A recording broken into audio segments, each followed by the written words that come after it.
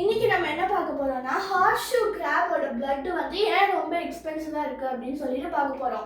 இந்த horseshoe graph அப்படின்றது என்னன்னு பார்த்தீங்கன்னா அது ஒரு டைப் ஆஃப் கிராப், பார்க்கறதுக்கு இந்த மாதிரி தான் இருக்கும். அது வந்து நிறைய இந்த யூஎஸோட கோஸ்டல் ஏரியா அங்கெல்லாம் தான் நிறைய வந்து அப்படியே கும்பலாக வந்து பீச் கிட்ட இருக்கும். ஸோ இப்போ பார்த்தீங்கன்னா இந்த ஹார்ஷூ கிராபோட பிளட் பார்த்தீங்கன்னா ப்ளூ கலர்ல இருக்கும். ஸோ நம்ம வந்து அது வந்து ப்ளூ கலரில் இருக்கும். அது மட்டும் இல்லாமல் அதை வந்து நிறைய விஷயத்துக்கு யூஸ் பண்ணாங்க. அது ரொம்ப எக்ஸ்பென்சிவ். அது ஏன் எக்ஸ்பென்சிவாக இருக்குது அப்படின்றத நம்ம இன்றைக்கி பார்க்க போகிறோம். இப்போ பார்த்தீங்கன்னா முன்னாடிலாம் வந்து ஒரு 19 அந்த ரேஞ்சில் வந்து பார்த்தீங்கன்னா ஏர்லி 19 அந்த ஸ்டேஜ் அப்போ வந்து வேக்சினேஷன்லாம் வந்து டாக்டர்ஸ் கண்டுபிடிக்கும் போது அந்த வேக்சினேஷன் கண்டுபிடிக்கிறது அவங்களுக்கு ஈஸியாக இருக்கும். ஆனால் அந்த வேக்சினேஷனில் ஹார்ம்ஃபுல்லான பாக்டீரியா, ஜெர்ம்ஸ் அதெல்லாம் இருக்கா இல்லையான்னு கண்டுபிடிக்கிறது வந்து அவங்களுக்கு ரொம்ப ஹார்டாக இருக்கும். இப்போ பார்த்தீங்கன்னா பியூராக இருந்ததுன்னா பீப்புள் ஹெல்த்தியாக இருப்பாங்க. இதே இம்பியூராக இருந்ததுன்னா உடம்பு சரியில்லாமல் போய்டும், இல்லை அந்த மாதிரி ஏதாவது ஆகிடும், செத்து போயிடுவாங்க, அது மாதிரி ஏதாவது ஆகிடும். ரொம்ப அது ஏதாவது ஃப்ளூ அவுட் பிரேக்காக ஆகலாம், அது மாதிரி.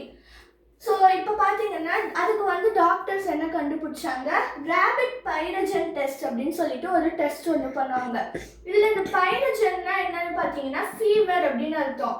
ஸோ ரேபிட்டுக்கு ஃபீவர் வர வைப்பாங்க இந்த டெஸ்ட் பண்ணும்போது, ரேபிட் ஃபீவர் டெஸ்ட் அப்படிங்கிற மாதிரி. இப்போ பார்த்தீங்கன்னா அந்த டெஸ்ட்டை எப்படி பண்ணுவாங்கன்னா, ஒரு ரேபிட் இருக்கும், அவங்க லேப் ஃபுல்லாக நிறைய ரேபிட்ஸை வந்து அடுக்கி வச்சுருப்பாங்க. அந்த ரேபிட்டை ஒரு போர்டில் போட்டு ஸ்ட்ராப் பண்ணி வச்சுருப்பாங்க. பண்ணிவிட்டு அதோட காதுக்குள்ளே வந்து அந்த வேக்சின் அவங்க கண்டுபிடிச்சதை அதோட காதுக்குள்ளே சில ட்ராப்ஸ் போடுவாங்க. போட்டுட்டு சில நேரத்துக்கு வந்து ஒரு ஃபியூ ஹவர்ஸ்க்கு வந்து அதோட டெம்பரேச்சரை மானிட்டர் பண்ணுவாங்க. மானிட்டர் பண்ணிவிட்டு இன்கேஸ் வந்து கொஞ்ச நேரம் ஃபியூ ஹவர்ஸ்க்கு அப்புறமா அந்த ரேபிட் ஓகேவாக தான் இருக்குது அப்படின்னா அது வந்து அந்த வேக்சின் வந்து பியூராக தான் இருக்குது, அந்த வேக்சினில் வந்து எதுவும் ஹார்ம்ஃபுல் பாக்டீரியாலாம் இல்லை அப்படின்னு அர்த்தம். இதே ரேபிட்க்கு வந்து கொஞ்ச நேரம் கழிச்சு ஃபீவர் வந்தது அப்படின்னா அந்த வேக்சின் வந்து இம்பியூராக இருக்குது, அதில் ஹார்ம்ஃபுல் பாக்டீரியா நிறைய இருக்குது, இது யூஸ் பண்ணக்கூடாது அப்படின்னு சொல்லிட்டு அதை டிஸ்போஸ் பண்ணிடுவாங்க. இப்படி வந்து பண்ணுவாங்க. இந்த மெத்தடில் பார்த்தீங்கன்னா நிறைய ரேபிட்ஸ் யூஸ் பண்ணுவாங்க. நிறைய ரேபிட்ஸ், அது மட்டும் இல்லாமல் காஸ்ட் எஃபெக்டிவ் கிடையாது, அது நிறையா காசும் அவங்களுக்கு செலவாகும். இதே நீங்கள் இப்போ பார்த்தீங்கன்னா யூனிவர்சிட்டி ஆஃப் மியாமி அப்படின்னு சொல்லிட்டு ஒரு இடத்துல பார்த்தீங்கன்னா அங்கேருந்து ஒரு லேபரேட்டரியில் ஒரு சயின்டிஸ்ட் வந்து ஹார்ஷூ கிராப்ஸை பற்றி ஸ்டடி பண்ணிட்டு இருந்தார். பண்ணும்போது அவர் வந்து ஹார்ஷூ கிராப்பை வந்து அதில் வந்து ஸ்பெஷலாக ஒன்று கண்டுபிடிச்சார். இந்த ரேபிட் பைரஜன் டெஸ்ட்டை ரீப்ளேஸ் பண்ணுற மாதிரி ஒரு விஷயத்தை வந்து அவர் கண்டுபிடிச்சார். அந்த ஹார்ஷூ கிராப்பை பற்றி படிக்கும்போது அவர் என்ன பார்த்தாருன்னா, அந்த ஹார்ஷூ கிராப்போட பிளட்டு பார்த்தீங்கன்னா ப்ளூ கலரில் இருக்கும். அது நான் அப்போவே ஃபஸ்ட்டே சொன்னேன்.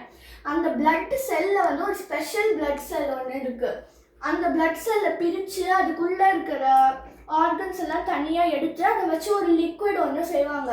அந்த லிக்விட் எடுத்து இந்த வேக்சினேஷனில் வந்து அவங்க ஆட் பண்ணுவாங்க, ஒரு ட்ராப் 2 ட்ராப்பு.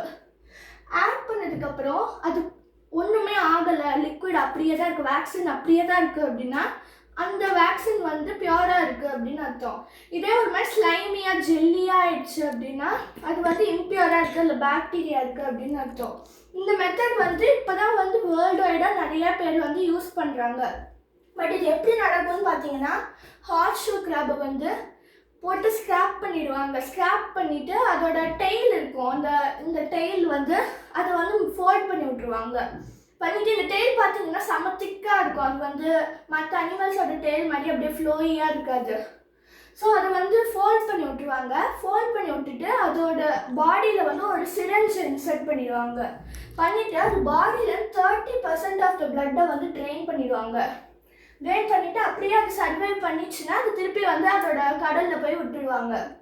இப்படி தான் வந்து அந்த பிளட்டை ஹார்வெஸ்ட் பண்ணுவாங்க.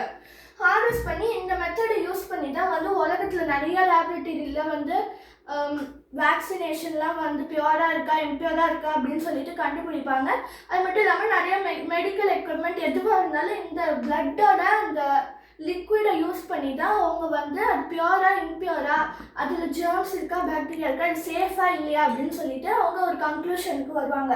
அதனால தான் ஹார்ஷூ பிளட் வந்து ரொம்ப எக்ஸ்பென்சிவாக இருக்குது.